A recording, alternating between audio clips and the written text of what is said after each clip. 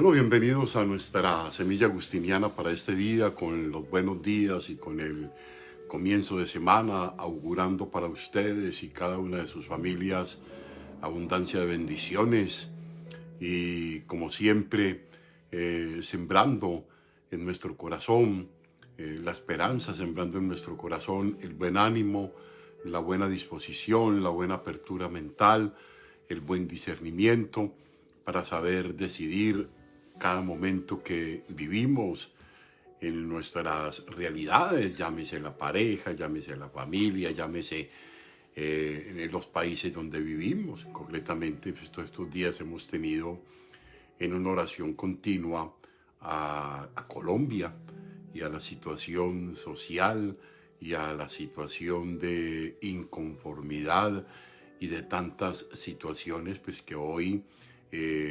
lamentablemente empañan la paz de nuestro país, y que seguramente esto es como un cuerpo cuando comienza a presentar síntomas, ¿no? Hay síntomas de deterioro, hay síntomas de amenaza, de deterioro de la salud, en este caso de la salud social, de la salud pública, incluso de la salud política.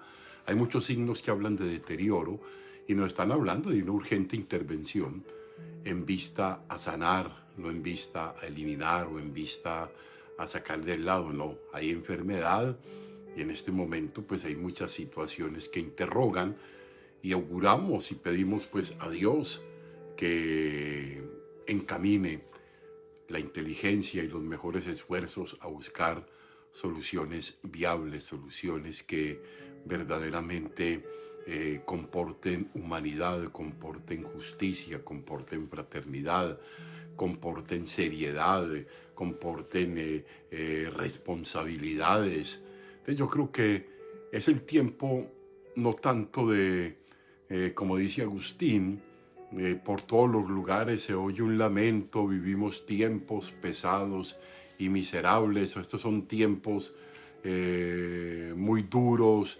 tiempos muy miserables. Agustín pues va a decir que los tiempos nunca le han hecho daño a nadie, que los que causantes de las heridas son los hombres, y los causantes también de las soluciones también son los hombres, ¿no? Entonces estamos viviendo, si queremos un cambio, pues cambiemos de actitud, cambiemos de opciones, y si queremos, para que los cambios se vayan dando. O sea, no es cambiar los tiempos, cambiemos nosotros, dice Agustín, para que los tiempos sean diferentes, ¿no? Entonces auguramos y todos los días pedimos a Dios que se vaya purificando todo lo que no tiene que ver con la justa reivindicación de los derechos en nuestro país, que vaya alejando a aquellos que no están en la condición de poner soluciones reales para el bien común, que el Señor nos proteja de todos esos males y que nos haga inteligentes para tomar las mejores decisiones, ¿no? Bueno, hoy vamos a estar con una semilla agustiniana.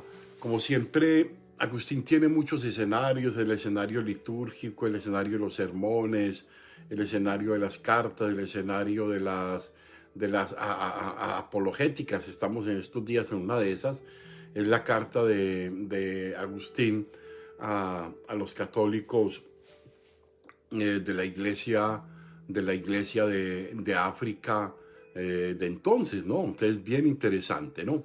Entonces vamos a ver un poco esta carta, que habla un poco sobre una realidad que es muy sensible para nosotros, la realidad de la iglesia, porque ya tengamos presente que ya existe en la iglesia, ya con el cisma de Oriente, una división, y la historia del cristianismo pues ha operado ciertas rupturas en ciertas coyunturas, para algunas letal, para otros extensión del cristianismo en diferentes modos interpretativos, no solamente desde el punto de vista de la fuente de la escritura, sino desde las estructuras organizacionales, institucionales internas, ¿no? Entonces hablamos de la Iglesia de Cristo. Hoy de pronto hay un consenso un poco más amplio, ¿no? Pero en los contextos polémicos, en este en concreto, en el que Agustín nos va a colocar hoy, nos va a hablar sobre cuál es la verdadera iglesia, que es un tema que lo discutimos, ¿no? Entonces vamos a ver un poco, para no hablar anacrónicamente, pues para no irnos a quedar solamente a hablar desde hoy, desde lo que pasó hace 1600 años, ¿no? O para acomodarlo de ayer a hoy, no.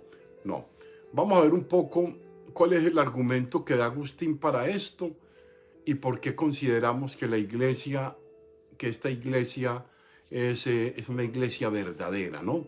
Y vamos a ver los argumentos. Listo. Escuchamos un poco el texto de Agustín, que me parece muy interesante. Mire, el texto dice así: la cuestión que se debate entre nosotros es ver dónde está la iglesia, si en nosotros o en ellos. La iglesia es una solamente, a la que nuestros antepasados llamaron católica, para demostrar por el solo nombre que está en todas partes. Es lo que significa en griego la expresión católica. Esta expresión católica significa una iglesia que está en todas partes, una iglesia católica universal, significa universal, ¿no? Ahora bien, pero esta iglesia es el cuerpo de Cristo, como dice el apóstol, en favor de su cuerpo, que es la iglesia, de donde resulta claro que todo el que no se encuentra entre los miembros de Cristo no puede tener la salvación de Cristo. Esta es una afirmación muy sensible, la vamos a explicar más adelante. Ahora bien, los miembros de Cristo se unen entre sí mediante la caridad de la unidad y por la misma están vinculados a su cabeza, que es Cristo Jesús. Los miembros están vinculados a una cabeza, que es Cristo Jesús. ¿Ah? De esta suerte, todo lo que se dice de Cristo se refiere a Él como cabeza y cuerpo. Esto es bien interesante. La realidad cristiana es un cuerpo, una cabeza, que es Cristo. Cristo es la cabeza del cuerpo, que es la iglesia, ¿no? Ahora, la cabeza es el mismo unigénito Jesucristo, el Hijo de Dios vivo, Salvador de su cuerpo, que murió por nuestros pecados y resucitó para nuestra justificación. Su cuerpo es la iglesia, sigue insistiendo Agustín. El cuerpo de Cristo es la iglesia, de la cual se dice, a fin de presentarse así una iglesia gloriosa, sin mancha o arruga o cosa semejante. Entre nosotros y los donatistas, démonos cuenta que hay una disputa entre los cristianos católicos y los cristianos donatistas. Entonces continúa Agustín, entre nosotros y los donatistas se ventila la cuestión de dónde está ese cuerpo, esto es, ¿dónde está la iglesia? ¿Dónde está ese cuerpo de Cristo? ¿Dónde está la iglesia? ¿Qué es pues lo que tenemos que hacer? Dice Agustín, hay una discusión grande. Hay dos iglesias, la donatista y la católica, que está allí. ¿Qué es pues lo que tenemos que hacer para aclarar cuál es? ¿No? ¿La hemos de buscar en nuestras palabras o en las palabras de su cabeza, nuestro Señor Jesucristo? Yo pienso que debemos buscarla más bien en las palabras de aquel que es la verdad y conoce perfectamente su cuerpo, pues el Señor conoce todos los que son suyos, ¿no?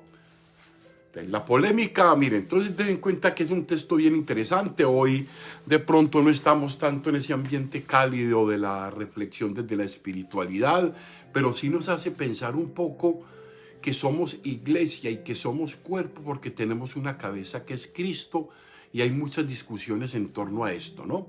Entonces vamos a escuchar, creo que el comentario nos va a dejar algunos elementos muy válidos como para que tengamos presente también esa historia, ¿no? Ahora bien, La polémica donatista va a ser una de las grandes preocupaciones de Agustín durante todo su ministerio y servicio episcopal a la Iglesia africana. O sea, durante mucho, mucho tiempo, Agustín va a controvertir con este grupo religioso donatista. Va a ser de gran preocupación y va a invertir mucho tiempo en él, ¿no? Ahora bien, el debate donatista no es nuevo, ya que para tiempos de Agustín, fíjense para que tengamos presente eso, para tiempos de Agustín tenía un siglo de existencia, o sea, el donatismo existía desde hacía un siglo. Entonces, la propuesta de la iglesia donatista, que fue llamada así, pero no es realmente el nombre técnico, o sea, se llamó iglesia donatista, pero no es realmente el nombre técnico. Ellos no son la iglesia de Donato, y esto es bien interesante. Ellos se consideran la única iglesia africana además, la única iglesia y la única iglesia africana además, ¿no? Vamos a seguir en la reflexión. Ahora bien, viene prácticamente desde la persecución del norte de África por el emperador Diocleciano, y es prácticamente un siglo en que viene extendiéndose, o sea, hace un siglo viene extendiéndose esta iglesia donatista, ¿no? Ahora, esta situación se enfrenta en un modo definitivo en el llamado Concilio de Cartago hacia el 411, y quizás es el único concilio grande en el que tenemos información de la participación de Agustín en un modo protagónico. Y fíjense ustedes que es muy interesante, porque no siendo el obispo de Cartago, es el obispo que va a hacer toda la discusión pública ante el agregado político enviado por el emperador para resolver esta situación. O sea, Agustín es el encargado de dar razón, de justificar, de pararse al frente de quien es delegado del emperador para resolver el conflicto de este diálogo intereclesial cristiano de los donatistas y de los católicos, ¿no? Ahora bien, el tema donatista, tenemos que decirlo para que lo entendamos, es más profundo que una cuestión solamente eclesial. El tema donatista tiene que ver con la iglesia africana de ese tiempo, con el ser cristiano de África, que terminó siendo una posición muy regionalista, en términos anacrónicos diríamos hoy nacionalista, reaccionario incluso a la iglesia de Roma. Este grupo donatista reaccionario incluso a la iglesia de Roma, no tanto como iglesia, sino en cuanto a poder político. Démonos cuenta que esto va más allá del tema religioso, sino de la iglesia católica en cuanto a poder político. Ahora, la cuestión donatista, digamos que hunde sus raíces y sus dificultades de resolución, no solo en un tema bíblico, en un tema eclesial, sino en un tema fundamentalmente regional. Algo está pasando en África en este momento, pero va a tener muchas repercusiones, ¿no? Bien interesante. Luego sacamos las conclusiones, ¿no? Ahora bien, y Agustín va a ser el líder, para que tengamos en cuenta, de esa iglesia que representa Roma. Agustín representa los intereses de la iglesia romana. Entonces, Agustín es el obispo en comunión con la iglesia de Roma, en comunión con el obispo de Cartago, defiende y busca hacer entrar a sus fieles en razón de la existencia de la única iglesia. Agustín les dice, todos somos la única iglesia, no podemos estar divididos. Entonces, Agustín quiere entrar a dar razón del por qué somos esa única iglesia. De hecho, vamos a tratar de profundizar este aspecto, porque me parece que deja muchas cosas en contextos donde hubo mucha tensión, donde hubo agresiones completamente desedificantes entre confesiones y entre cristianos de diferentes denominaciones, ¿no? Entonces, Agustín está tratando de defender la unidad de una iglesia en la única cabeza que es Cristo, ¿no? Ahora bien, Luego no es una discusión contra Donato, esto también vamos a aclararlo, no es una discusión contra Donato, sino que es una propuesta de unificación de una sola iglesia. Toda vez que la iglesia, y aquí está el argumento central, toda vez que la iglesia es una, porque Cristo es uno y la cabeza de la iglesia es el mismo Cristo. Todos tenemos como cabeza a Cristo. Y en este orden de ideas, para que nos hagamos una idea de esto, les puede parecer un poco hoy muy magistral esta exposición, pero me parece que vale la pena prestar atención a ella. Y en este orden de ideas, en un mismo cuerpo no puede tener dos cabezas, ¿no? Dos cabezas diferentes, pero sobre todo, una cabeza no puede tener dos cuerpos. Una cabeza no puede tener dos cuerpos, es lo que viene discutiendo Agustín en esta polémica, ¿no? Ahora bien, es Cristo que es la cabeza, es Cristo que es el único Hijo de Dios, es cabeza de un solo cuerpo y ese cuerpo es la iglesia.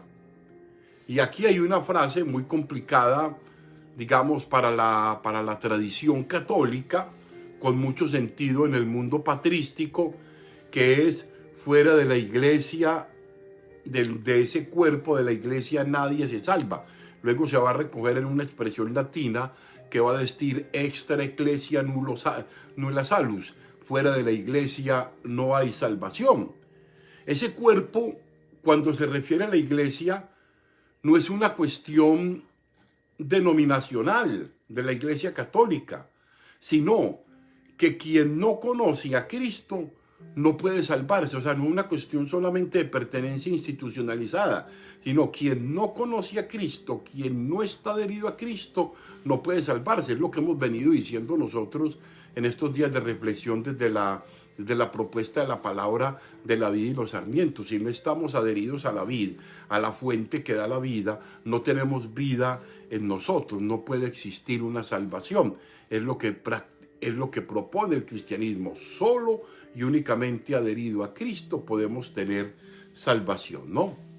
Y en la medida en que Cristo es una sola cabeza y tiene un solo cuerpo, quien no hace parte de ese único cuerpo, sino hace parte de otro cuerpo imaginario, dice Agustín, pues tampoco puede salvarse. Agustín dice: el que está donde no está, el que no está adherido a la vid, el que no recibe la savia de la vid, no puede salvarse o no puede hacer parte de esto. Esa es la comprensión de esto, ¿no? Y ese es el argumento a los fieles donatistas. Recordemos que esa carta va dirigida a los fieles donatistas para hacerles caer en cuenta de la necesidad de que haya un solo cuerpo bajo una sola cabeza, que es Cristo. Es diferente cuando Agustín habla a los obispos de Donato. Mire, Donato está muerto hace tiempo. Esta es una iglesia africana, para que lo tengamos presente, que tiene un siglo de existencia ya cuando Agustín está debatiendo, con presencia en cada ciudad, y por tanto había una realidad fragmentada. Digamos, en cada ciudad podía haber dos obispos con dos sedes diferentes y fieles diferentes. Era una situación compleja y difícil. Miren, la gente pertenecía a una iglesia o a la otra sin ninguna condición polémica, o era donatista o era católica, ¿no? Porque tenían años de existencia. Digamos, había generaciones que habían nacido en la iglesia de Donato y seguían a esa iglesia que tenía por objeto ser la iglesia verdadera. La iglesia de Donato tenía la idea de ser la iglesia verdadera. Algunos la conocieron como la iglesia de los cátaros, la iglesia de los puros, ¿no? Entonces, la iglesia que esta iglesia nace en una coyuntura de persecuciones y está fundada por aquellos. Ojo que esto es bien importante saberlo, porque luego se puede distorsionar a lo largo de la historia de interpretación, que fueron observantes, fieles, que no cometieron apostasía y por tanto representan la única iglesia verdadera, la observante, la que resistió a la persecución, y no a la iglesia en términos donatistas mediocre, que no fue fiel en la persecución y que además se alió con el poder de Roma. Esa es la crítica a la iglesia de Roma. Entonces hay una división allí en esto, ¿no? Entonces, este texto daría mucho, pero basta ahora con introducirnos con esto, que había una división interna ya dentro del cristianismo. Este tema de Donato, sobre todo el término de los cátaros y los puros, llevaba a una exclusión, a una marginación de los que vivieron la época de persecución y sucumbieron a ella. Entonces decían que los sacramentos celebrados por los sacerdotes que denegaron de su fe no eran válidos. Entonces se generó una gran protesta, ¿no? Entonces vamos a... La iglesia es un cuerpo con muchos miembros, pero con una sola cabeza, ¿no? Un cuerpo grande. Yo pienso que el cristianismo es un cuerpo grande, es un cuerpo en su configuración católica, en sus diversas configuraciones de comunidades cristianas y iglesias cristianas no católicas. Es un cuerpo que tiene como cabeza central a Cristo. Creo que hoy tenemos una mayor conciencia de eso. Hoy unimos más esfuerzos para encontrarnos en la savia que nos alimenta comúnmente, que es Cristo, y hoy pedimos a Cristo por la unidad de la iglesia, por la unidad de las familias, por la unidad de las parejas en Cristo, que vivamos una unidad. Vivir la unidad es de las cosas complicadas. Vamos pues a decirle al Señor que nos ayude a ir construyendo sobre la base de la unidad nuestra vida, nuestras relaciones, nuestras familias y sobre todo pues nuestras comunidades de servicio. Muchas gracias por hacer parte de esta comunidad que reflexiona y que propone esta semilla agustiniana diariamente. Un saludo para Silvia Chabac. Silvia, saluda a mi a Claudia, saluda a mi a Misael. Espero que esta familia maravillosa esté muy bien allí donde están en su nuevo proyecto de vida. A Bertica Leal, a María de la Rosa y a todas las personas que hoy se han puesto en contacto con nosotros. Un gran abrazo, una gran bendición. Nos vemos a las 2 de la tarde, si Dios quiere, en la Santa Eucaristía.